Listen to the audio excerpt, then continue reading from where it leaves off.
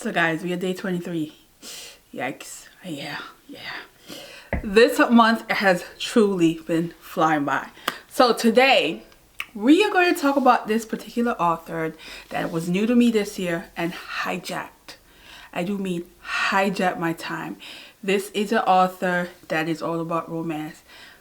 But she is the romance author for the kind of man I love in a book.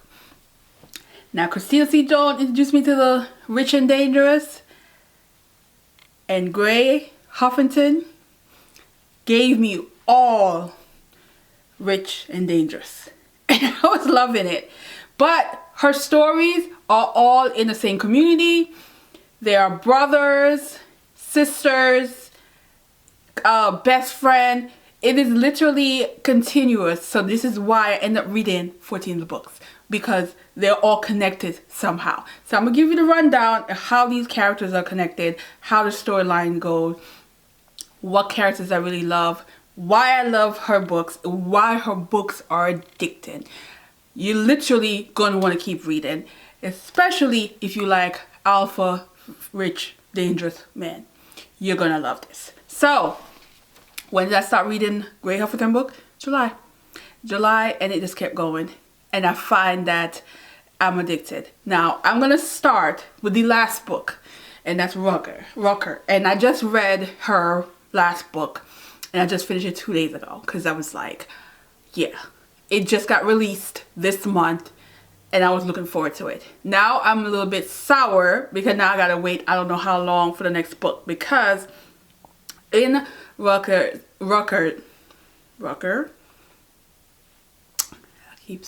I'm gonna get it right. Rucker, you are following siblings, and this is called The Gray List, and then this is the third book in the series.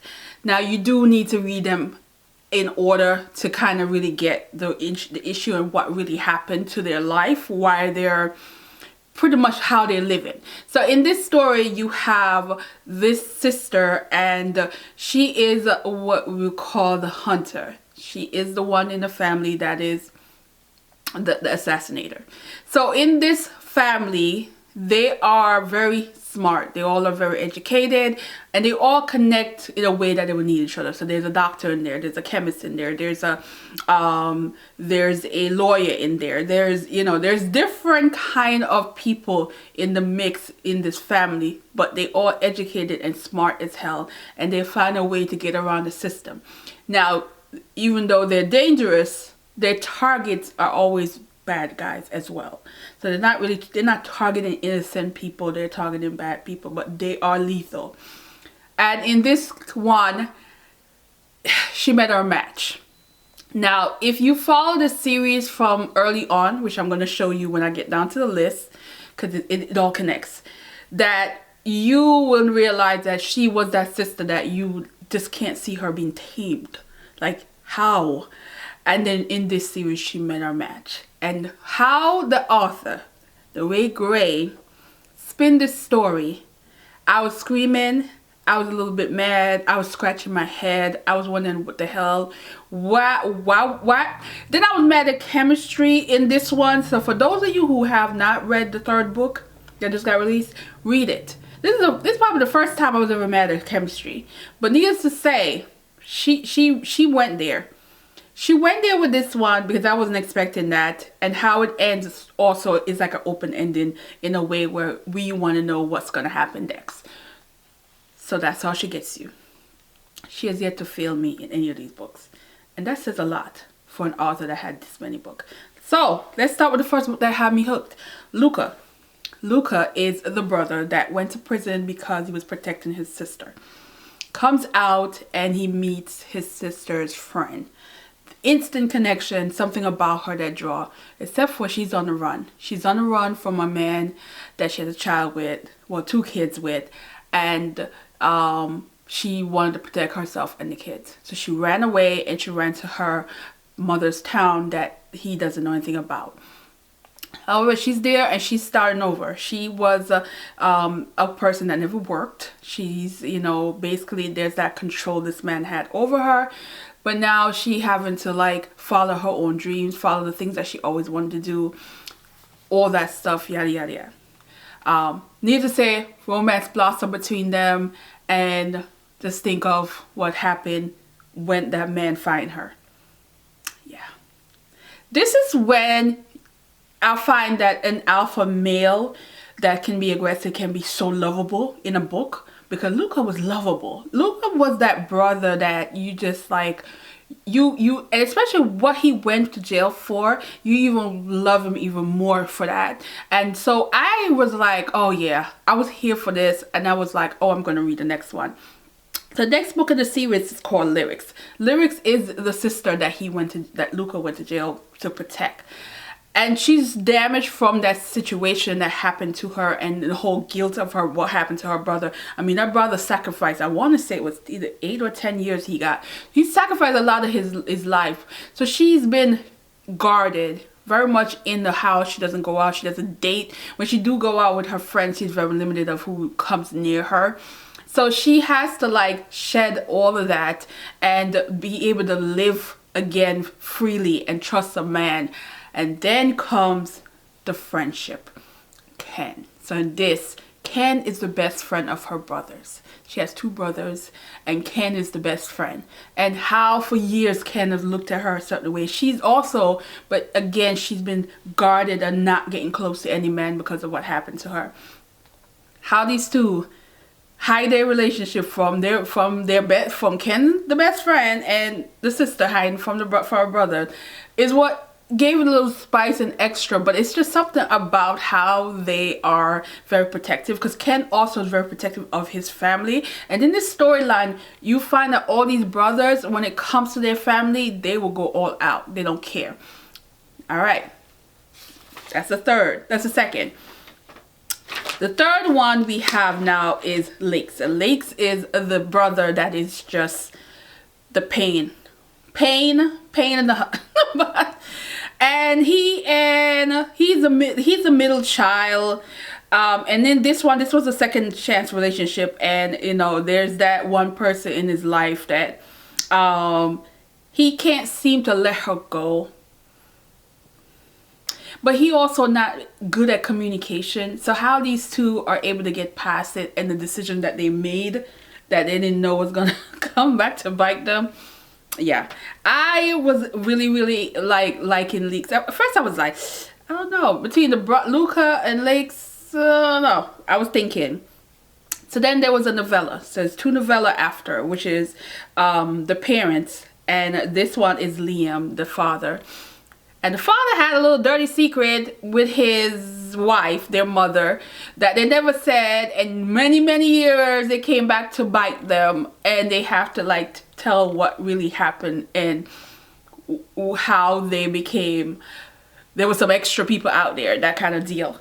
And what I liked about this is it was spicy. Now I was like, ooh, something in my eye, hold on.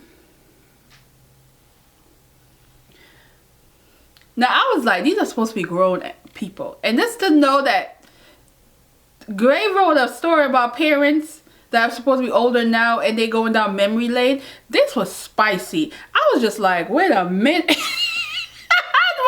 There's a couple of moments where I'm like clutching my little invisible purse. You not into spice, don't even read this one. You need to read it, because it leads up to the next part of this spin-off of this. But you could skip a couple of parts, because it was, if you can't handle spice, because this is spicy. I was like, ooh. And then we have a spin-off for Ever. Now this one deals with postpartum. So in this one, I thought it was interesting. It is short. It's not a must read, but I think if you are, just the fact that she did this, because you know, Ever was popping out babies. So and she dealt with that postpartum in this, was really good. So then the following month, I wanted to read particular Ledge. Now Ledge was on my Kindle for a good couple of years, and I never picked it up because I started reading it and it just wasn't grabbing me at first for whatever reason. And I'm glad I never read it, because it would have spoiled it. Because Ledge, you gotta read the other series to get to Ledge. You gotta read Liam to get to Ledge. It is a connection there that is important. And in this you have Legend Halo, and Halo is a girl that has really dealt with some heartbreaking trauma that prevent her from leaving her home. She doesn't leave her home. She doesn't even go to the doctor. She doesn't go to, her job is where she's working at home. So there's that. It deals with mental health in this in a way that I never realized existed, and the how she can get past it in a way that it's difficult, and so it felt very realistic. It felt like Huffington did her research when it comes to creating writing about a character like this. And I love how Ledge handled the fact that she was on the day that that the trauma happened, she wanted to create new memory, and her new way of creating that memory was to go outside, was to go to a club, was to have fun and create a new memory to replace that particular memory. And that's when she met Ledge, and one thing led to another, and she ended up having a one-night stand that ended up being trauma afterwards. And he didn't know, he didn't understand. He just was like, okay, I'll take you home, whatever. And then months later, he sees her again for the second time. She had left her house to go to the store with a belly. That's all I'm giving you. That's all I'm giving you. Yeah. Then Ledge is also a twin. So Ledge's twin is Law. And let me tell you, Law is a menace of the series. Of all the books that he shows up in, he's a menace. And he met his match because he met Clue, aka Siren, aka Black. And Clue was that female character that I loved every time she popped up in any of the other story. She's that character that is just feisty, gonna say what she wants, gonna check you if she wants. But she's also have a sweet side to her. And there's another book that I'm going to talk about where she showed up, and there's that moment I still will never forget. But Clue is that girl, and she is in this a stripper. Not a stripper because she really want to be like neat, that she's forced to be. It's a stripper because she just like the art form. She's that kind of, she gets crazy, but at the same time she gives lovable. And here comes the Lord that's thinking like, you know, he got money. You're not doing this anymore. I want you. I'm going to have you. That kind of, she's looking at him like, you, what? Except for, you know, his little past came back to bite him, and she wasn't having it. And there's that feisty thing between them. They are like both the same. They're literally dating themselves. Their personalities very similar, and they dating themselves. And it just was so good. I loved everything about this. Alright, so that's the end of that series. Then we have a spin-off. So now you have Laura and Ledge. They're cousins, but they're 4 brothers. Technically, it's 5 brothers, but I'm going to tell you what the technical is. But there's 4 brothers. And in this one, it's another series.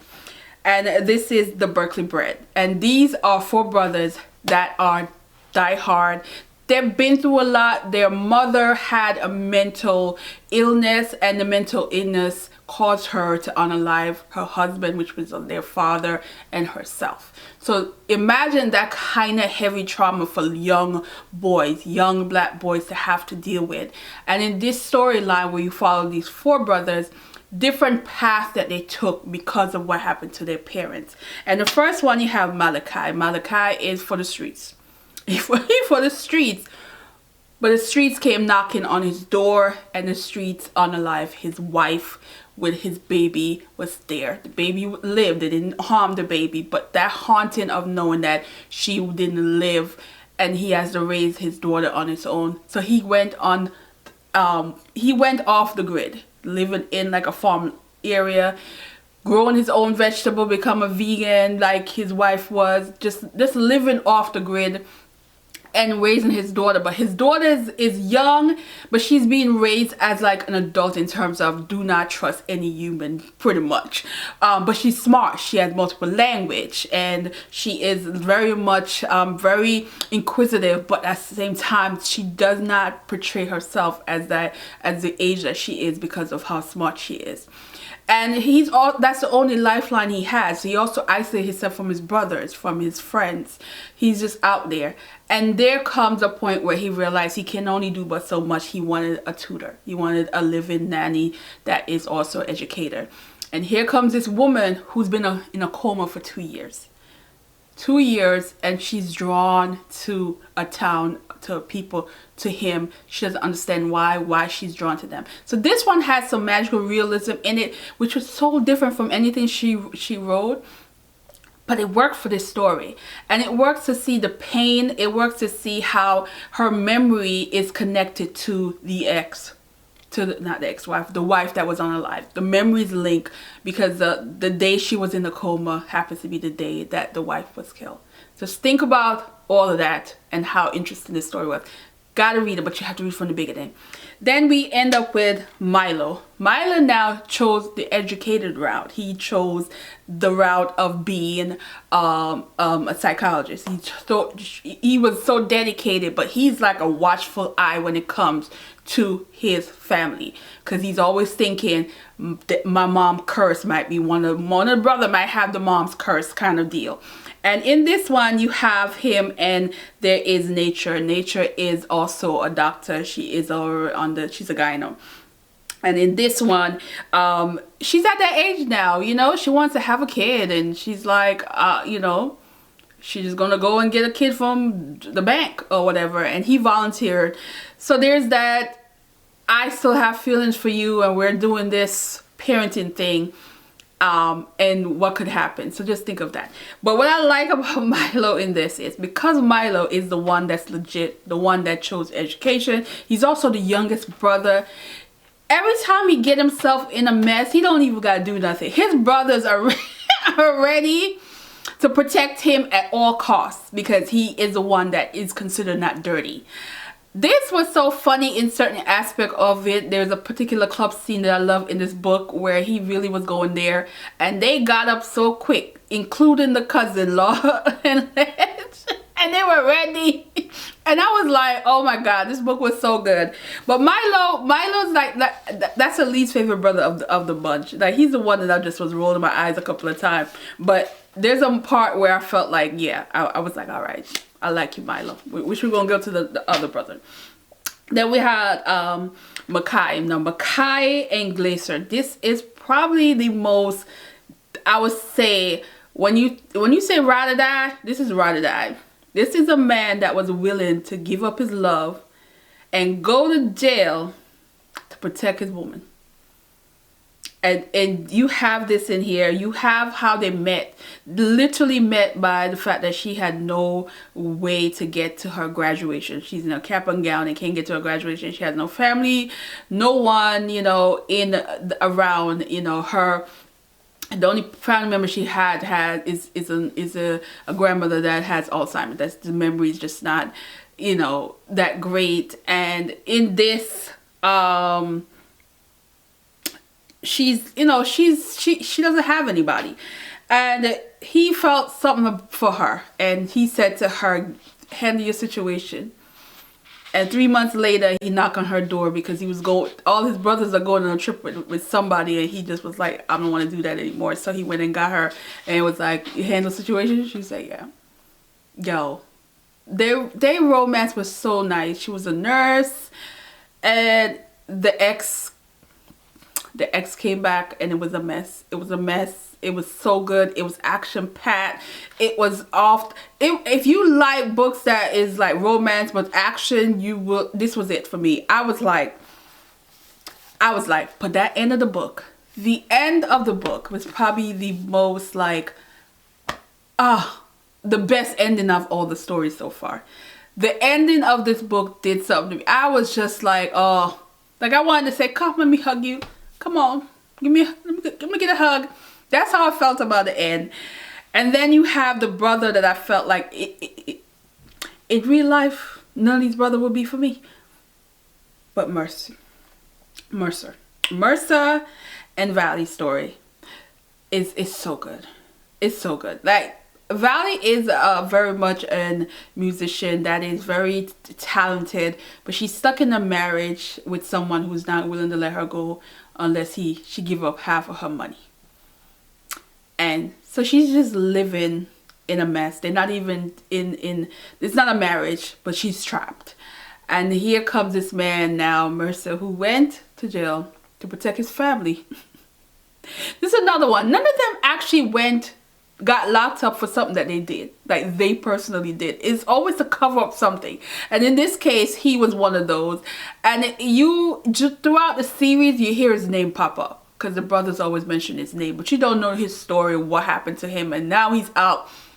But that man used to own the house that she lives in and buried some stuff in the backyard, and he needed 2 days to dig up that sucker, like 2 days.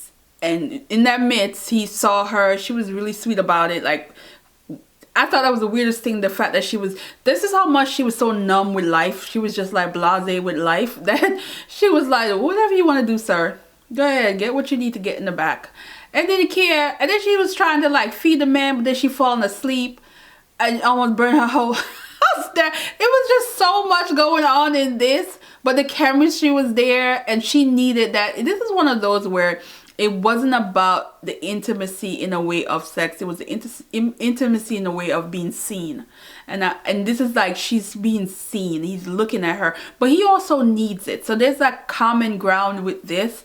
And how he handled her. He was that brother that you just felt like he was everything. He was everything. Mercer was everything in this.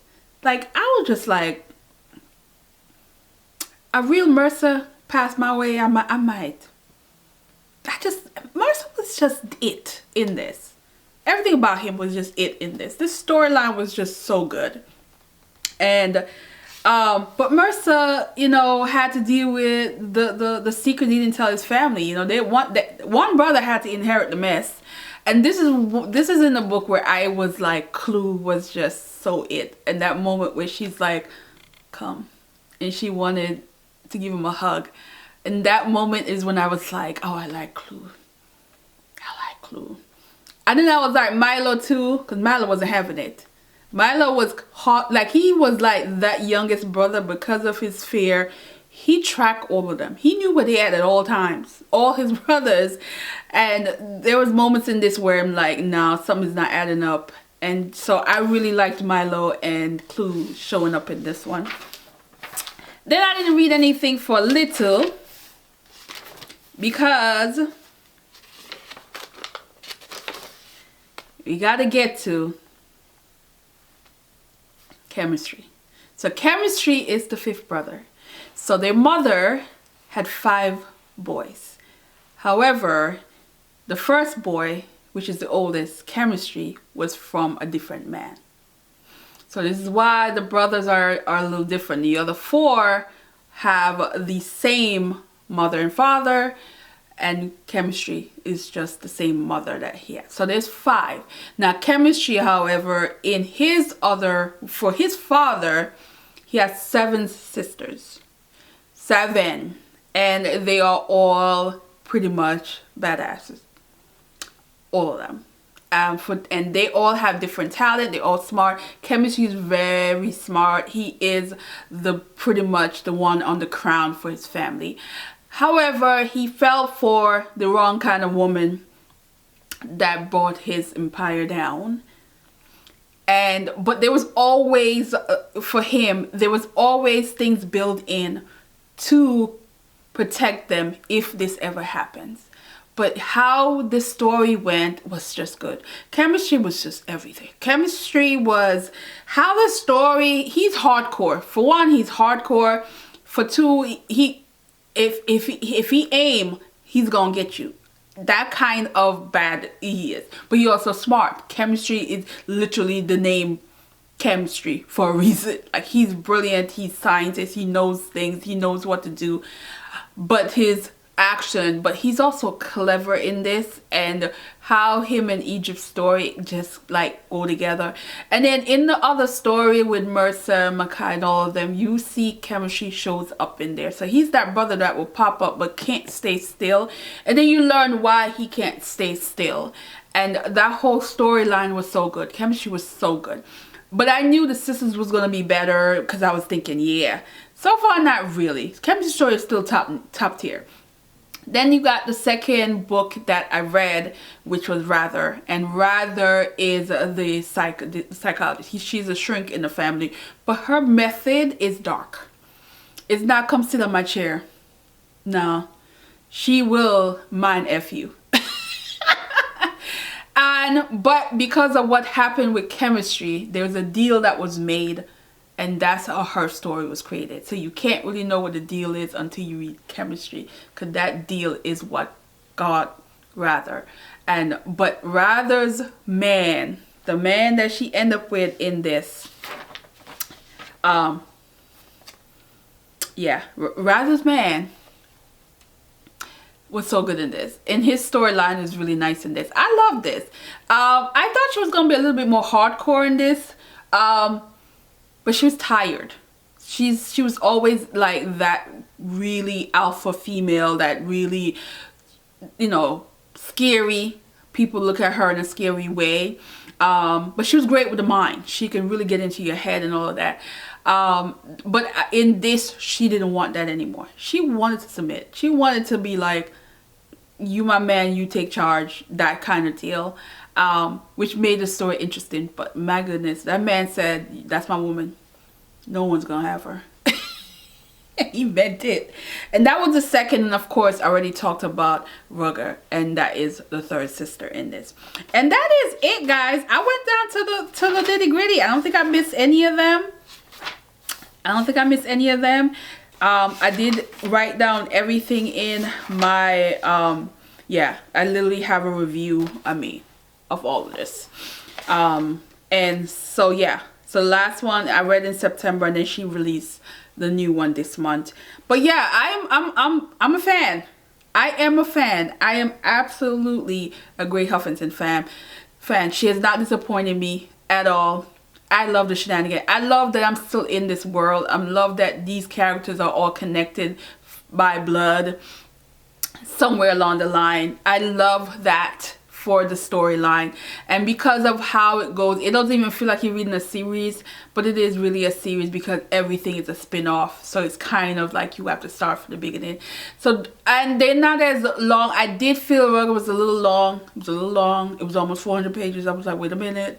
But for the most part, when you start reading her book, it goes by fast. Like I was reading some of these books in a day. That's how good they are. So they read fast. They also like get you engaged. You also love the banter and the things that's happening between the people who are dating, and also the shenanigans with the siblings. And I love all of this. Even when they are finding their wives and they having kids, they're also in the mix. They also pop up in each story. So you're like, oh yeah, here comes especially Clue. Clue pops up in almost all of them. And Law. Once Law started showing up in the series, Law was everywhere. Because he was just a menace. He was just that one, you know, that one family member that is just annoying, but you know he loves his family. That's how he comes off. Love this. Again, is very family oriented, and I think that's why I love this series, and I love where she's taking all of these characters and the connection they have, because it literally is family drama. Now for the crime stuff, I like how she doesn't go into detail about every crime that they do. You know, those are for the streets. She doesn't go into detail of what they're really doing. And there's that whole idea of like what exactly they do. And I love that she toys with it in a way that she doesn't focus too hard on one particular topic, but just know they're lethal. That's it. And I love that. So I'm going to end this here. I look forward to reading her next book. I mean, she got quite a few sisters to go through, and to see how she's going to handle each of them, and what storyline she's going to add. I can imagine it being difficult because you don't want to rewrite the same book over and over. You want to give something different. So, but she's amazing, and I am a big fan. She was my discovery for 2024. I look forward to see what other author in 2025 that I am going to want to binge read and go through their catalog. So yeah, so let me know if you read anything from Grey Huffington, and what was your author this year that you find that you read more than one of their books. Like you discovered them this year, you read one and you're like, ooh, I want to read more. What was that author for you? Let me know in the comment section, and I will see you in the next one. Thanks guys. Bye.